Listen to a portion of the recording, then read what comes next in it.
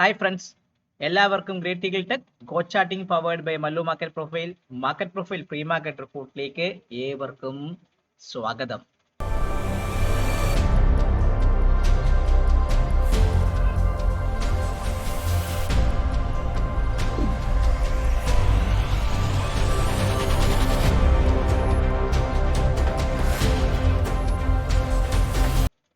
ഒരു ദിവസത്തെ ഇടവേളയ്ക്ക് ശേഷം നന്ദഗോപൻ തിരിച്ചെത്തിയിരിക്കുകയാണ്.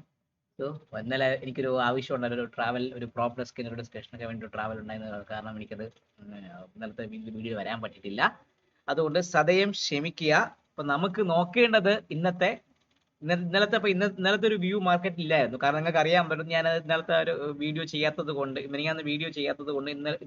ഇന്നത്തെ വ്യൂ ആക്ച്വലി മാർക്കറ്റിൽ ഔട്ടാണ്. ഇന്നലെ ഞാൻ വൈകിട്ട് വീഡിയോ ചെയ്തിട്ടില്ല. മിനിങ്ങാത്ത വീഡിയോ ചെയ്തു, ഇന്നലത്തെ ഒരു വ്യൂ നിങ്ങൾക്ക് കിട്ടിയായിരുന്നു.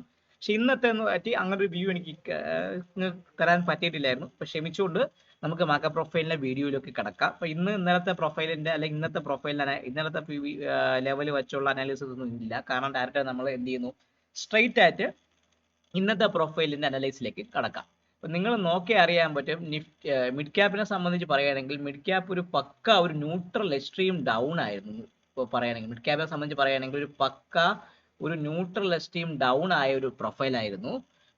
ഒരു ഫെയിൽഡ് ഓപ്ഷൻ മുകളിൽ വന്നിട്ടുണ്ട്. ഒരു ട്രെൻഡ് ചേഞ്ചിനെ കുറിച്ച് ഒരു സൂചനയൊക്കെ ചെറുതായിട്ട് മിഡ് ക്യാപ്പ് തന്നിട്ടുണ്ട്. നാളെ അത് കണ്ടിന്യൂ ചെയ്യുമോ ഇല്ലേ എന്നൊക്കെ നാളെ വരാൻ പോകുന്ന ബീഹാർ ഇലക്ഷൻ റിസൾട്ട് കൊണ്ട് മാത്രമേ നമുക്ക് അറിയാൻ പറ്റുള്ളൂ. അപ്പൊ കാലത്ത് 8 മണിയൊക്കെ ആകുമ്പോൾ പോളിംഗ് കൗണ്ടിങ് തുടങ്ങുമായിരിക്കും. നമ്മളെ 9:15 ആകുമ്പോൾ ഏകദേശം ഒരു 40% ഒക്കെ മാർക്കറ്റിനെ കുറിച്ചുള്ള ഇലക്ഷൻ റിസൾട്ടിനെ കുറിച്ചുള്ള വ്യൂ ഒക്കെ കൃത്യമായി മാർക്കറ്റിൽ കിട്ടുമായിരിക്കും എന്ന് പ്രതീക്ഷയോടുകൂടി നമുക്ക് എന്ത് ചെയ്യാം, നാളെ മോർണിംഗ് മാർക്കറ്റിലേക്ക് ട്രേഡിംഗ് വരാം. ചിലപ്പോൾ ഈ തരാൻ പോകുന്ന ലെവൽസിന് മുകളിലോ താഴെയോ ഒക്കെ ആയിരിക്കും മാർക്കറ്റ് ഓപ്പൺ ചെയ്യുന്നത്. അപ്പൊ ദയവ് ചെയ്ത് എന്ത് ചെയ്യുക, മാക്സിമം റിസ്ക് എടുക്കാത്ത രീതിയിലുള്ള ട്രേഡ് മാത്രമേ എടുക്കാവുള്ളൂ. നിങ്ങളെ ലെവൽസിന് മുകളിലോ താഴെയാണ് ഓപ്പൺ ചെയ്യുന്നതെങ്കിൽ ഒരു റെസ്റ്റ് എടുത്തേക്കുക. എന്നിട്ട് ആ ഒരു ഈവന്റിനെ അങ്ങ് പാസ് ചെയ്യാൻ വിട്ടതിന് ശേഷം ഒരു ക്ലാരിറ്റിയോട് കൂടി നിങ്ങൾ ട്രേഡ് ചെയ്യാൻ വേണ്ടി ശ്രമിക്കാൻ നോക്കുക. ഇതാണ് എൻ്റെ ഒരു റിക്വസ്റ്റ് മാത്രമാണ്. മിഡ് ക്യാപ്പ് ഒരു ന്യൂട്രൽ എക്സ്ട്രീം ഡൗൺ ആണ്. POC വന്നേക്കുന്നത് 13,924 ഭാഗത്താണ് POC വന്നത്. നമുക്ക് ആദ്യം എന്ത് ചെയ്യാം, POC മിഡ് ക്യാപ്പിന് ഒന്ന് എഴുതാം. 13,924 ഭാഗത്തേക്ക് ഞാൻ POC ഒന്ന് കൊണ്ടുവന്നു.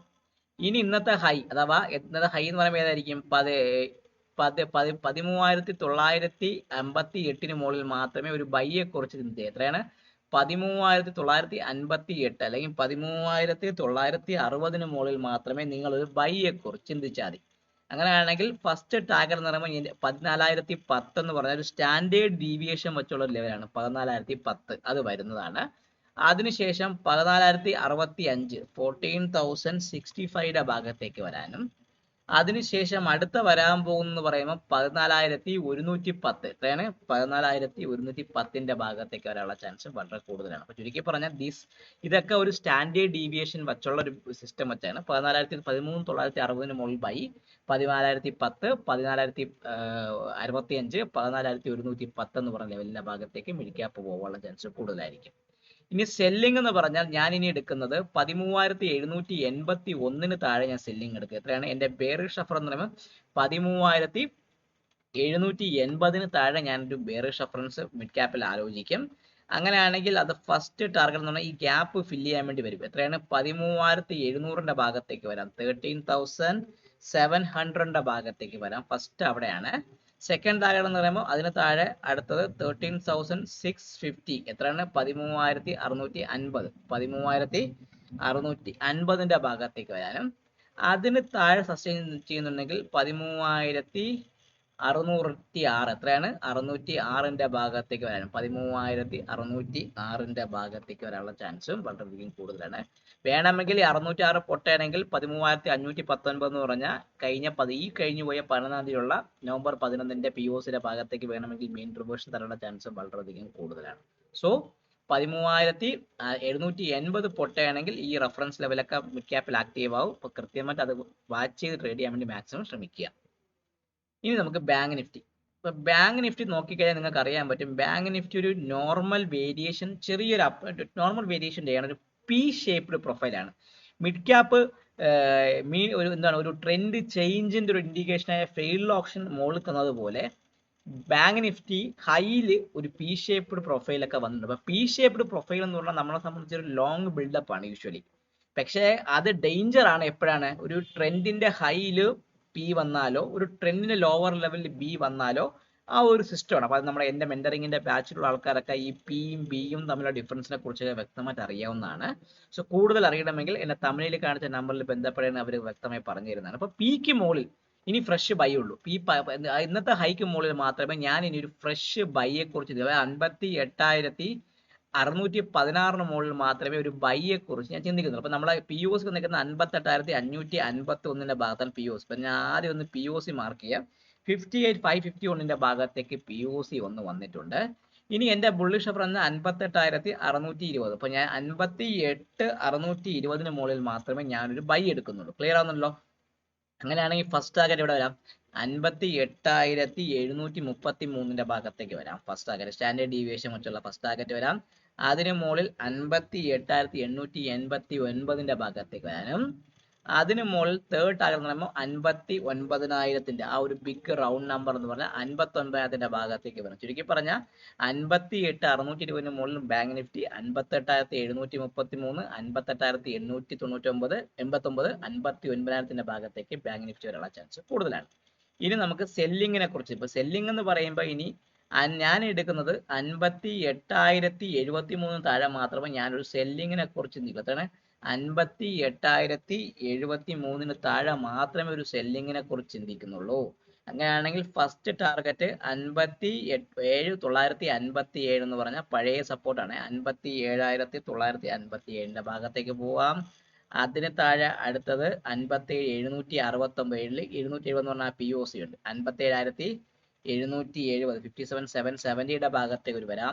അതിന് താഴെ 57,668 എത്രയാണ്? 57,668 ഭാഗത്ത് 57,668 ഭാഗത്തേക്ക് ചുരുക്കി പറഞ്ഞാൽ 58,073 ബാങ്ക് നിഫ്റ്റി കട്ട് ചെയ്യുകയാണെങ്കിൽ പഴയ വീഞ്ഞ് പുതിയ കുപ്പിയിൽ എന്ന് പറഞ്ഞ പോലെ വീണ്ടും താഴേക്ക് ഇറങ്ങി വരാനുള്ള ചാൻസ് കൂടുതലാണ്. ബാങ്ക് നിഫ്റ്റി ഒരു റേഞ്ച് ഇങ്ങനെ മെയിൻറ്റെയിൻ ചെയ്ത് പോകുന്നത് കൊണ്ട് ആ ഒരു സിസ്റ്റം ഒക്കെ അഡാപ്റ്റീവായിട്ട് വരാനുള്ള ചാൻസ് വളരെയധികം കൂടുതലാണ്.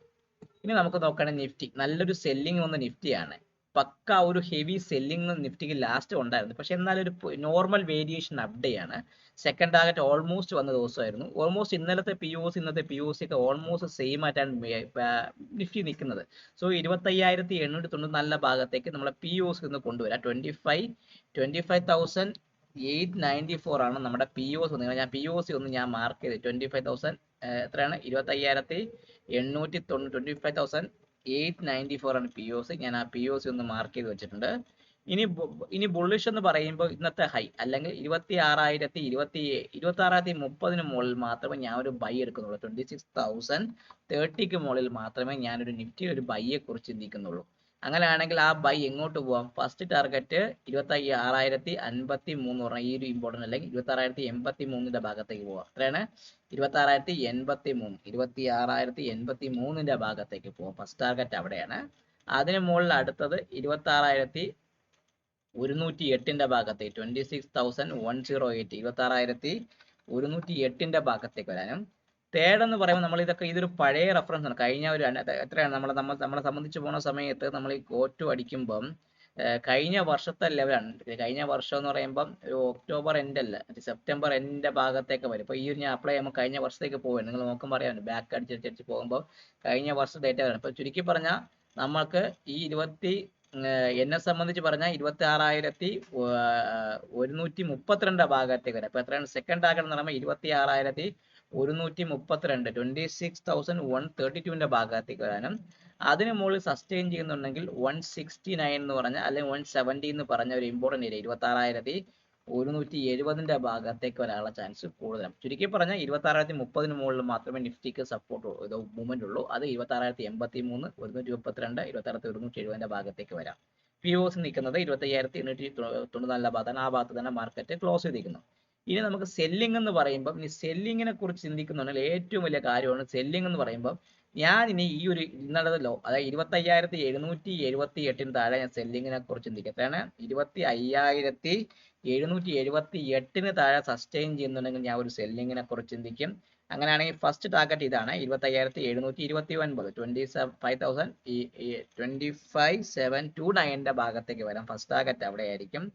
അതിന് താഴെ 25,632 എത്രയാണ്? 25,632 എന്ന് പറഞ്ഞാൽ കുറച്ച് ഡിഫറൻസ് ഉണ്ട്. 25,632 ഭാഗത്തേക്ക് വരാനും അതിന് താഴെ സസ്റ്റെയിൻ ചെയ്യുന്നുണ്ടെങ്കിൽ 25,570 എത്രയാണ്? 25,579. ചുരുക്കി പറഞ്ഞാൽ നാളെ കുറച്ച് വലിയൊരു ടാർഗറ്റ് ഒക്കെ ഇടയ്ക്കിടയ്ക്ക് വരുന്നുണ്ട്. അപ്പോൾ ഓർത്തോളുക, ചെറിയ ചെറിയ പ്രോഫിറ്റ് ഒക്കെ കിട്ടുകയാണെങ്കിൽ അതിനെ ബുക്ക് ചെയ്ത് സേഫ്റ്റി ഫസ്റ്റ്, അത് വ്യക്തമായി നിങ്ങളുടെ മനസ്സിൽ ഓർത്തേക്ക്. അപ്പം ഈ പറഞ്ഞ നാളെ Bihar election result market heavy volatile ആയിരിക്കും. ഭൂകമ്പം തന്നെ മാർക്കറ്റ് സംഭവിക്കാനുള്ള ചാൻസ് ഉണ്ട്. ഇല്ലെങ്കിൽ നനഞ്ഞ പടക്കം പോലെ ഈ മാർക്കറ്റ് പോകാനുള്ള ചാൻസ് വളരെയധികം കൂടുതലാണ്. സോ വീഡിയോ കാണുക, ലൈക്ക് ചെയ്യുക, കമന്റ് ചെയ്യുക, നിങ്ങളെ ട്രേഡിംഗ് ഫ്രണ്ട്സിന് വീഡിയോ അയച്ചു കൊടുക്കാൻ മറക്കാതിരിക്കുക.